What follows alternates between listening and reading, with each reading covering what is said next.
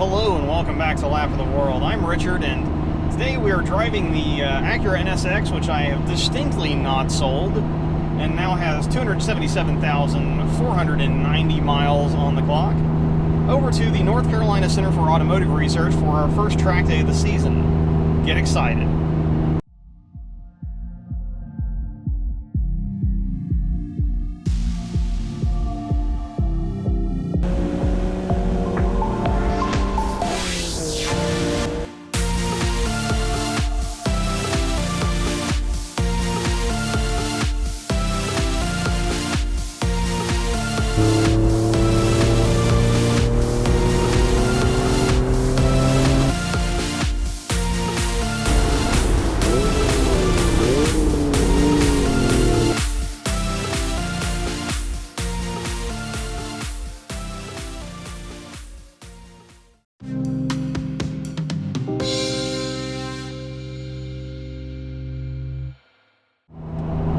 I've been trying to think of different ways to present these track events that I go to, such that they don't get stale or just kind of blasé of me doing the same thing over and over again.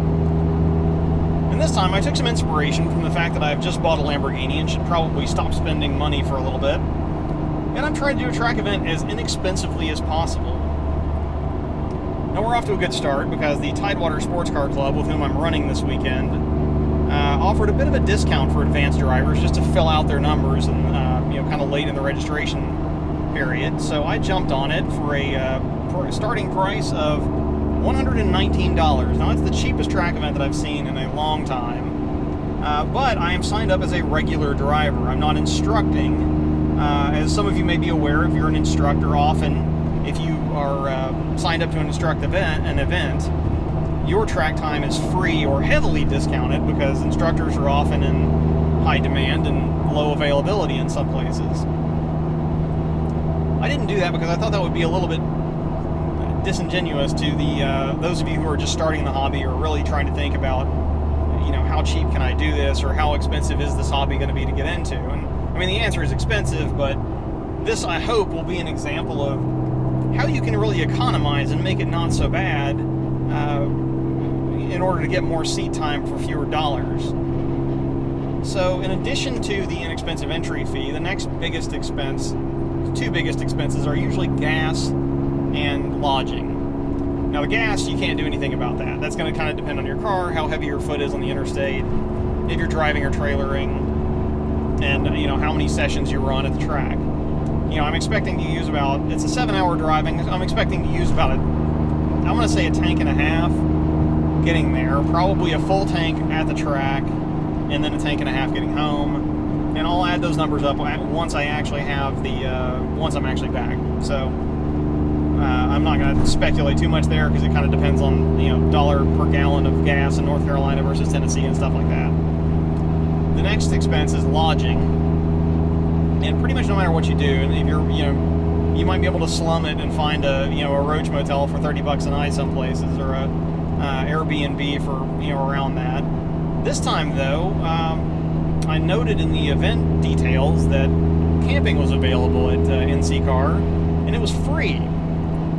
Now free sounds awesome to me, and I'm an Eagle Scout. I've done the camping thing. It's been a while, I'll admit, but I still have all the stuff, and most of it's still in pretty good shape. So I threw my hammock and sleeping bag and a tarp in the back, and we'll see what we can manage. But I have my Liz managed to prep some no-cook meals for me, so I don't have to worry about that. I did check, and they do have apologies for the dark. We're going through a tunnel here.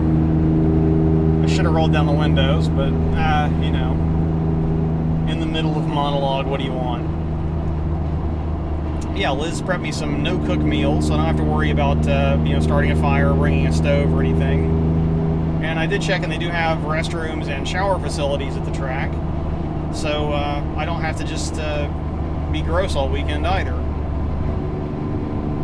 So that's what we're doing. We will see where the tally lands us, but for now I'm going to finish driving through the lovely Tennessee, North Carolina mountains here on Interstate 40, and finish out the trip over to Garysburg, North Carolina, and I will probably pick you guys up from the paddock.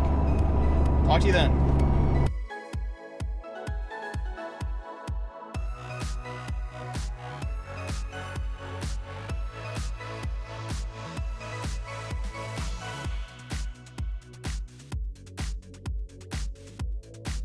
And we're back. So we made it to NCCAR about 6 o'clock after leaving Knoxville at 11, which is as predicted. I apologize for not filming any arrival stuff. I'll probably have some B-roll there, but I had to kind of rush around a little bit. I wanted to get my tech inspection taken care of tonight. And I also managed to talk to the facility director at NCCAR and got permission to fly my drone, my little DJI Spark I got for Christmas. Go fly it up over there before any of the event starts. So, you know, pretty much all car clubs these days, if you're not aware, have rules against drones during any of their events. Fortunately, the event hasn't started yet, so we got to go put it up for a little bit. So hopefully that's the intro or whatever that I've put into the video. I don't know how I'll edit it in yet, obviously, at this point in time, but hopefully you've enjoyed that, and I'll be able to do similar stuff in the future. But yeah, so the next thing's I need to get my camp set up for the evening. As you can see, I'm kind of losing light already. So I'm not going to try and do anything too fancy. I'm basically just kind of walk over here and see if I can find a couple of trees that are about the right space apart and throw my hammock up. Jeez. Which is, I'm really kind of glad I brought that versus trying to do a traditional tent. I did bring my tent as well just in case there wasn't anywhere to put the hammock up or I couldn't figure it out. But I'm being, if you can't tell already, I'm being orbited by mosquitoes at this point already. So the built-in net and a hammock, I think, will be nice this evening. Anyway, I gotta go jump on that. I'll pick you up, just kind of show you when I get set up and everything. But yeah, so we made it. Let's go make our bed and eat dinner. NCCAR, or the North Carolina Center for Automotive Research, is an independent nonprofit center aimed at facilitating testing and development of anything automotive. In addition to the racetrack, they also have a large vehicle dynamics pad, an off-road facility, garages and workshops all wired for modern development needs, and all of this behind restricted access and security. If you need to do some kind of testing, you can rent portions of NCCAR's facility by the weekday or even hour. Of course, the portion of the facility we'll be using is the 2-mile road course. It has 11 turns and, yes, a full half-mile straight. This should be fun.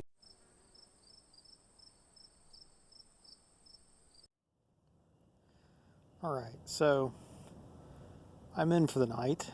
I don't know, I'm filming this on my phone because I didn't want to keep the GoPro with a mic on it out in the any potential weather overnight. And this one I have a small bag I can stuff in. So just to show you where we're at right now, we got the inside of the hammock, and I think I'll be warm enough tonight. It's only supposed to be getting down to like it's only supposed to be getting down to high 40s, mid 40s, I think, at the worst, and there's not really much of a breeze. So I've got a sleeping bag inside a hammock. I'm comfortable. It's about 10:30. I've been over talking to some folks. Really cool crowd here so far. So anyway, I'm gonna turn in for the evening, and we'll pick this up in the morning as we get rolling with the actual track event. So here's to the adventure overnight. I think I'll be able to get enough sleep. There's definitely some ambient noise from, I think there's a Lowe's distribution center not too far away, as well as some, clearly some train tracks and stuff like that, but that's okay. I'm well known for being able to go to sleep nearly anywhere, so I'm not too concerned. Well, good morning and welcome back to NCCAR. I think the grand experiment of hammock camping out of the back of the NSX is, I'd give it a 70% success rate. I think the other 30% was a critical fail on my part. I left my earbuds at home, and let it never be said that the gentlemen with the Lowe's Corporation are not dedicated to getting you your lumber at all hours of day and night. It was very truck reversing sirens, beepers, and general traffic was pretty audible the entire night.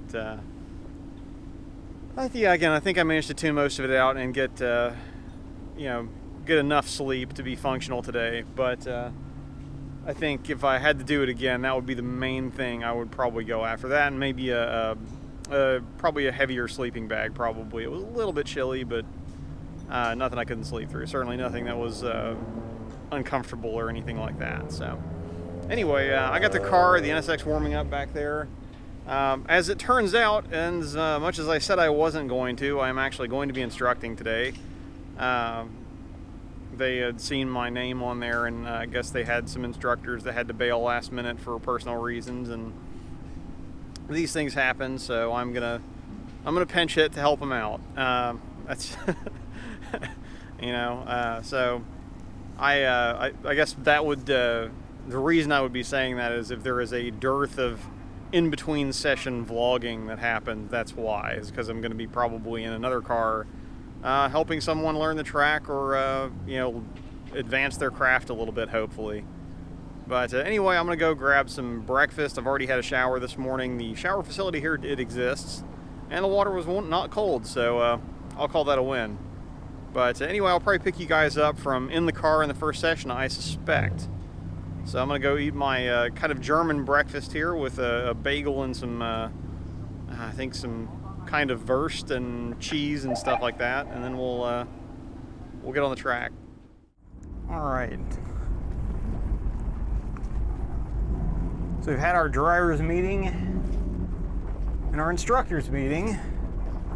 So it's time for this instructor to go and actually learn the track. So let's go try and learn NCCAR here and see where we get. So no blend line per se, but we'll just assume there's one and treat it like that as I'm checking my mirrors going into turn 1 here. Everything is warmed up. They kind of have apexes marked, it looks like, because this first section here is a little bit of an S-curve. The good news is this track is open and has long sight lines. There's barely any elevation change, so on one hand, it's a little hard to see stuff where the track goes because it often disappears just behind the grass. However, at the same time, given that it's well marked,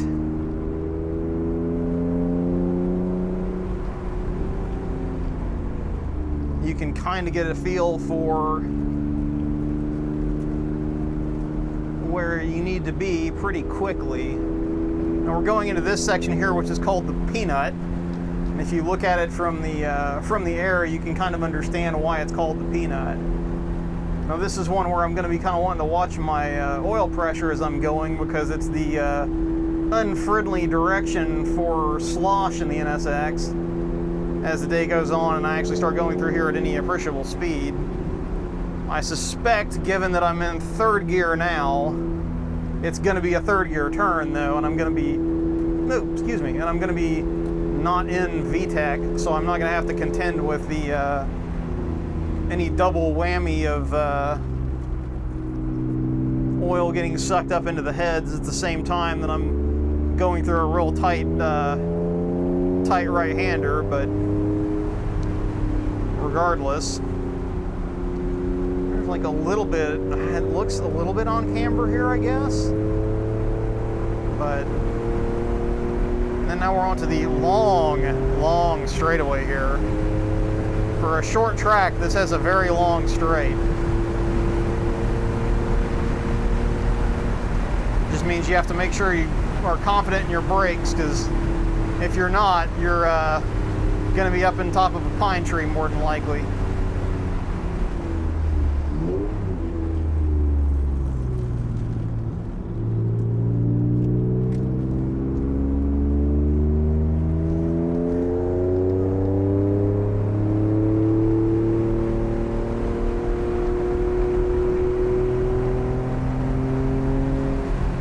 Sections of ink going to be fun at speed. This one is allegedly a passing zone for the lower groups. I guess I could see that, but it's going to take being on point. So I'm also trying to memorize that one here. And a rare occasion, I know when we were at Road America with NS Expo, passing in the carousel, which is kind of like the peanut, or the peanut is kind of like the carousel, I guess. Constant radius turn. This one has a distinctly slower exit. But yeah, the Road America guys did not want any passing happening in the carousel. Here, however, even the novice groups are able to pass in this version of the carousel.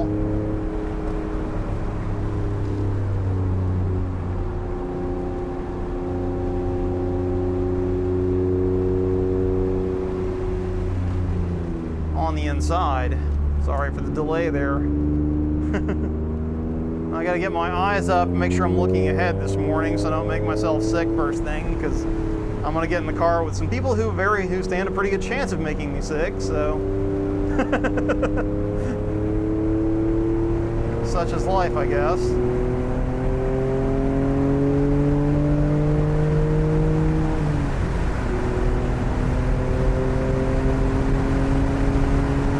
Anyway, that's a couple of laps of NCCAR, so I'm going to shut up at this point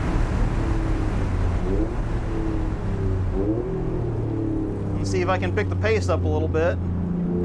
And pick up the pace I did. By the end of the day, I was running comfortably in the minute and 40-second range. Unfortunately, I failed at camera and my data logger has failed at exporting data. So I have little more than this screenshot to show for a decent lap while giving one of my students sort of a 7 to 8/10ths ride in my 4th session. I didn't try again because the right seat session after that had some unforeseen consequences that ended my day a little prematurely. A first for me as an instructor, I actually got sick riding with a student. It certainly wasn't the student's fault and no Golf R carpets were harmed in the incident, but it meant I was left with some physiological deficiencies that led me to break camp and head home a little early. I'd like to give a shout out though to Neil and Rob, both of my students for the day. You guys were great and both did very well. Neil, welcome to the Addiction, and Rob, welcome back to the track. Thanks to Chris and Mike as well for the campfire hospitality and the Oreos.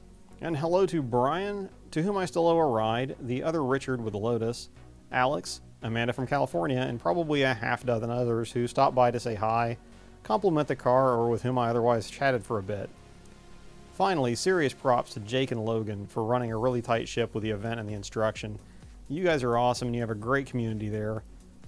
All the best. Yep, so, Tidewater Sports Car Club, 10 out of 10, would drive with them again. NCCAR, very interesting. I suspect it's probably a little bit rough on tires. Probably not so much brakes. I think there's only one, you only have turn 1 is really the only place where you're really heavy on the brakes for any appreciable amount of time. The rest of the track is really steady state. How's your balance and commitment types of turns. Let's see here, what is that? 1, 2, 3, 4, 5, I think, which is kind of a kink, if you will. Actually, it does remind me a little bit of the kink at Carolina Motorsports Park, but probably if the Carolina Motorsports Park kink is if that's a 10, this kink is more like a 7. You're not much concern about going through it fast enough. I guess you had some fire-breathing 911 GT2 or something like that. You could get up enough head of steam where you would legitimately have to really watch your speed going through there, but you also probably have downforce at that point, and yeah, you get the point. Anyway, it's fast kink. That was probably one of the more fun parts of the track. I think the turns, turn 2, 3, 4, 5 complex was probably the most entertaining part of the track for me. The peanut was an exercise in patience, and the last couple of turns, actually the last turn leading onto the front straight, that little complex there was pretty fun. It was actually really pretty fast if you committed to it and got the line right. But yeah, so anyway, I'm gonna quit blathering and get back to driving on the way back to Knoxville here. But that I think wraps up a fun weekend, fun Saturday with Tidewater Sports Car Club at the North Carolina Center for Automotive Research. Hope you enjoyed the video. If you did, please like and subscribe. Drop a comment below if you saw me there, and I'll give you, anybody who has a video of me ralphing next to the track, I will send you a t-shirt in exchange for that. So, if it exists, drop a comment below and we'll get in touch. In the meantime, then, I will leave it there. I am Richard. This is Lap of the World, and I will see you in the next video, if not at the track. Have a good one.